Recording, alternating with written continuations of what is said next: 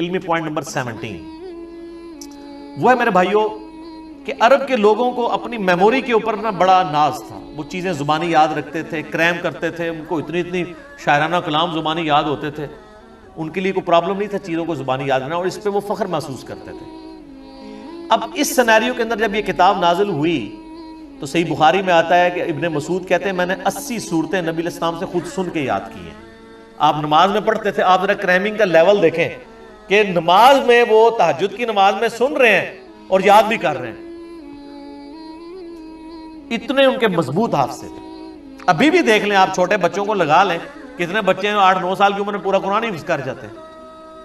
ابھی بھی کوئی مشکل نہیں ہے, لیکن وہ اب تھوڑا سا چونکہ ہمارا موڈ چینج ہو گیا ہے, ہماری پرائورٹیز چینج ہو چکی ہیں, اس لیے وہ والا معاملہ پیچھے چلا گیا. ہم زیادہ تر لکھی ہوئی چیزوں کے اوپر اعتماد کرتے ہیں, زبانی یاد رکھنے کے اوپر توجہ نہیں کرتے, اس لیے یہ ذرا مسئلہ آہستہ آہستہ پیچھے چلا گیا.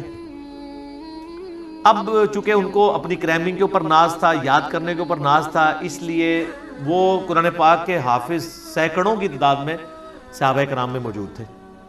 لیکن صحیح بخاری میں آتا ہے جب جنگ یمامہ ہوئی مسیلمہ کذاب کے خلاف, اس جنگ میں کئی حفاظ شہید ہوئے. تو پھر حضرت عمر نے آ کے مشورہ دیا کہ ہم یہ جو سکیٹرڈ فارم میں کہیں ہڈیوں پہ, کہیں چمڑے کی کھال کے اوپر, کہیں لکڑی کے اوپر لکھی ہوئی نبی علیہ السلام کی لکھوائی ہوئی وہی موجود ہے, اس کو ایک جگہ جمع کر کے کتابی شکل 2 گتوں کے درمیان لے آئیں. تو حضرت ابوبکر چونکہ سنت کی پیروی کرنے والے تھے, پہلا جواب ان کا وہی تھا کہ میں وہ کام کیوں کروں جو نبی علیہ السلام نے خود نہیں کیا. پھر حضرت عمر ان کے ساتھ بحث کرتے رہے کہ اس کی ضرورت ہے, حتیٰ کہ حضرت ابوبکر کہتے ہیں اللہ نے میرا سینہ کھول دیا.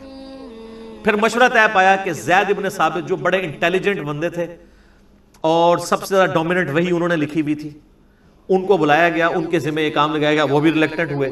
پھر ان کے ساتھ صحابہ نے بحث کی, وہ مان لیا انہوں نے. اور بخاری میں الفاظ ہیں, انہوں نے کہا کہ اگر مجھے حضرت ابوبکر یہ ڈیوٹی لگاتے نا, یہ پورا پہاڑ یہاں سے یہاں شفٹ کرنا ہے, تو وہ آسان کام تھا. قرآن پاک کی ذمہ داری میرے پہ لگانا ایک پوری امت کے اعتبار سے میرے پہ بڑی ذمہ داری تھی.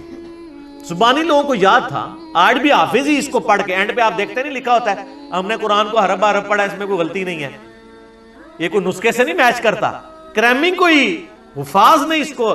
لیکن حضرت ابوبکر یہ چاہتے تھے جو نبی علیہ السلام نے اپنے نوٹس لکھوائے ہیں اس کے ساتھ کاؤنٹر ویریفائی کیا جائے, اور اس کے لیے طے پایا کہ ریٹن ریکارڈ موجود ہونا چاہیے. جو بھی آپ اس میں لکھیں گے اور کم از کم 2 بندے اس کو ریٹن میں جسٹیفائی کریں گے.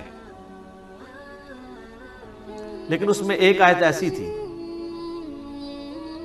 کہ جس کا ریٹن ریکارڈ صرف ایک بندے کے پاس تھا.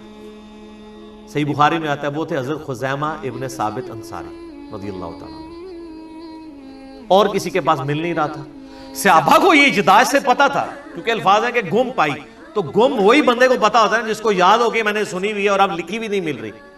جب یاد بھی نہ ہوتا, اس کے بعد صحابہ کو اجداج میں تھی کہ یہ آیت ہے, ریٹن فارم میں حضرت خزیمہ کے پاس ملی, دوسرا کوئی گواہ نہیں تھا.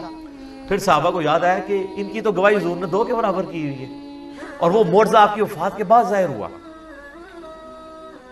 یہ پروفیسیز اور جو علامات النبوہ ہے, اور وہ واقعہ بڑا مشہور ہے. نبی علیہ السلام نے ایک یہودی کے ساتھ ایک جانور کا سودا کیا. آپ گھر جب رقم لینے کے لیے, مال لینے کے لیے گئے, پیچھے سے کسی نے اس کو زیادہ قیمت لگا دی, وہ مکر گیا. آپ علیہ السلام واپس آئے تو اس نے کہا آپ نے سودا ہی نہیں کیا.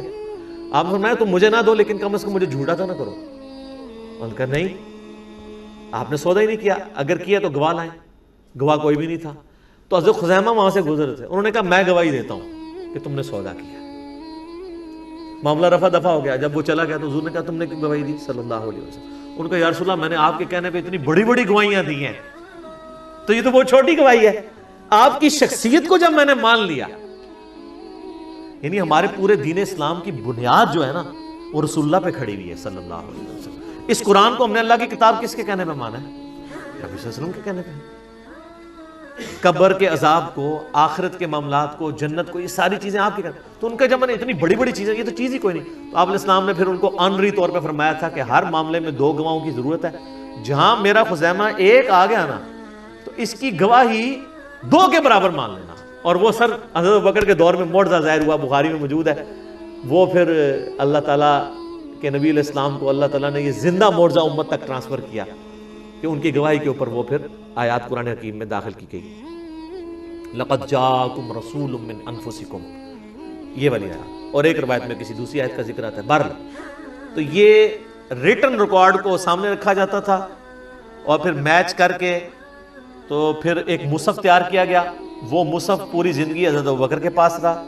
حضرت ابوبکر کی وفات کے بعد حضرت عمر کے پاس رہا. حضرت عمر نے اپنی وفات کے بعد ام المومنین اور اپنی بیٹی سیدہ حفصہ کو دے دیا. اور یہ سیدہ حفصہ کے پاس وہ مصحف تھا جو حضرت ابوبکر نے لکھوایا. یہ بخاری کی حدیث یہاں پہ کنکلوڈ ہو جاتی ہے. اب اگلا پوائنٹ، علمی پوائنٹ نمبر 18، وہ ہے کہ قرآن حکیم کی جو قرات ہے اس کو قریش کی قرات میں سیدنا عثمان غنی رضی اللہ تعالیٰ عنہ نے اسٹیبلش کر کے باقی ساری کی ساری جو ڈائلیکٹ تھے اس میں اگر ریٹن فارم میں بھی تھی وہ سارے کے سارے نسخے جلوا دیے تاکہ امت میں اختلاف نہ پیدا ہو. وہ بخاری میں حدیث ہے، حذیفہ ابن یمان کہتے ہیں کہ ہم نے آذربائیجان کی جنگ کے لیے یعنی رشیا کی طرف جب حملہ کرنے لگے حضرت عثمان کے دور میں، تو ہم نے جو رومن اور پرشین امپائر جو مسلمانوں کے انڈر آ چکی تھی قادسیہ اور یرموک کے بعد، ان علاقوں میں ہم لوگوں کو ابھار رہے تھے جہاد کے لیے. جب وہاں پہنچے تو ہم نے لوگوں کو دیکھا کہ وہ ایک ہی قرآن کی سورت کو مختلف ڈائلیکٹ میں پڑھ رہے ہیں، چونکہ ظاہر ہے وہ سارے نان عربک مسلمان ہوئے تھے نا، جس میں آج بھی اے بے تے پڑھ رہے ہوتے ہیں ہمارے لوگ. تو حضرت حذیفہ ابن یمان آئے کہا، بخاری کے الفاظ ہیں، اے امیر المومنین امت کو تباہی سے بچائیں، امت میں تو اختلاف پیدا ہو جائے گا اس طریقے سے. تو حضرت عثمان غنی رضی اللہ تعالیٰ نے اس چیز کو بھانپ لیا. تو انہوں نے کہا کہ وہ جو نسخہ حضرت ابوبکر نے لکھوایا تھا نا وہ سیدہ حفصہ سے لے کے آؤ، اور جہاں پہ کہیں اختلاف آئے اس معاملے میں تو قریش کی قرات میں ریٹن ریکارڈ رکھو. پھر انہوں نے کئی ایک نسخے لکھوائے، اور یعنی حضرت عثمان کے آلموسٹ آپ سمجھ لیں دور کے آخری حصے کی بات ہے. میں نے اس لیے 25 سال کا ذکر کیا تھا. وہاں کے مصحف عثمانی یہ فائنل ہوا، اس لیے ہم اس کو مصحف عثمانی کہتے ہیں. اس لیے نہیں کہ حضرت عثمان نے لکھوایا، اس لیے کہ انہوں نے حضرت عثمان نے اس کو جو ہے وہ قریش کی قرات میں لکھوایا. نبی الاسلام کہ یہ جو صحابی ہیں حضرت عثمان غنی رضی اللہ تعالیٰ عنہ کا یہ کارنامہ اتنا بڑا کارنامہ ہے کہ اس پہ کسی کو اختلاف نہیں ہے. ایون آپ شیعہ تفسیر بھی اٹھائیں تو شیعہ نے اپنی صحیح سند کے ساتھ قرآن حکیم کی تفسیر میں لکھا ہے کہ مولا علی کہتے تھے کہ حضرت عثمان نے جو کچھ اپنے دور میں کیا اگر میں ان کی جگہ ہوتا تو میں بھی یہی کرتا. امت کا احسان، امت پہ احسان ہے حضرت عثمان غنی رضی اللہ تعالیٰ عنہ کے وہ نسخے جو میں نے پچھلی دفعہ بتایا تھا. وہ ٹاپ کاپی میوزیم میں بھی رکھا ہے جس پہ حضرت عثمان کے وہ خون کے قطرے بھی گرے تھے. فَسَيَكْفِيكَهُمُ اللَّهُ سورۃ البقرہ کی آیات میں، ان کے مقابلے پہ اللہ تیرے لیے کافی ہے. تو مصحف عثمانی اس لیے اسے کہا جاتا ہے، اور آج تو کاربن ڈیٹنگ کے ذریعے چیک بھی ہو سکتا ہے. تو یہ حضرت عثمان غنی رضی اللہ تعالیٰ عنہ کو جو کہا جاتا ہے نا کہ آپ قرآن جمع کرنے والے ہیں، یہ غلط ہے. آپ قرآن جمع کرنے والے نہیں، جمع نبی علیہ السلام نے اپنی مبارک زندگی میں لکھوایا اور حضرت بکر نے اس کو ایک جگہ دو گتوں کے درمیان کیا، اور قریش کی جو قرات والا جو اختلاف تھا اس کو ختم کر کے قریش کی قرات میں قرآن حکیم کو حضرت عثمان غنی رضی اللہ تعالیٰ نے ایک جگہ اسٹیبلش کیا. یہ اس کی پوری ہسٹری تھی.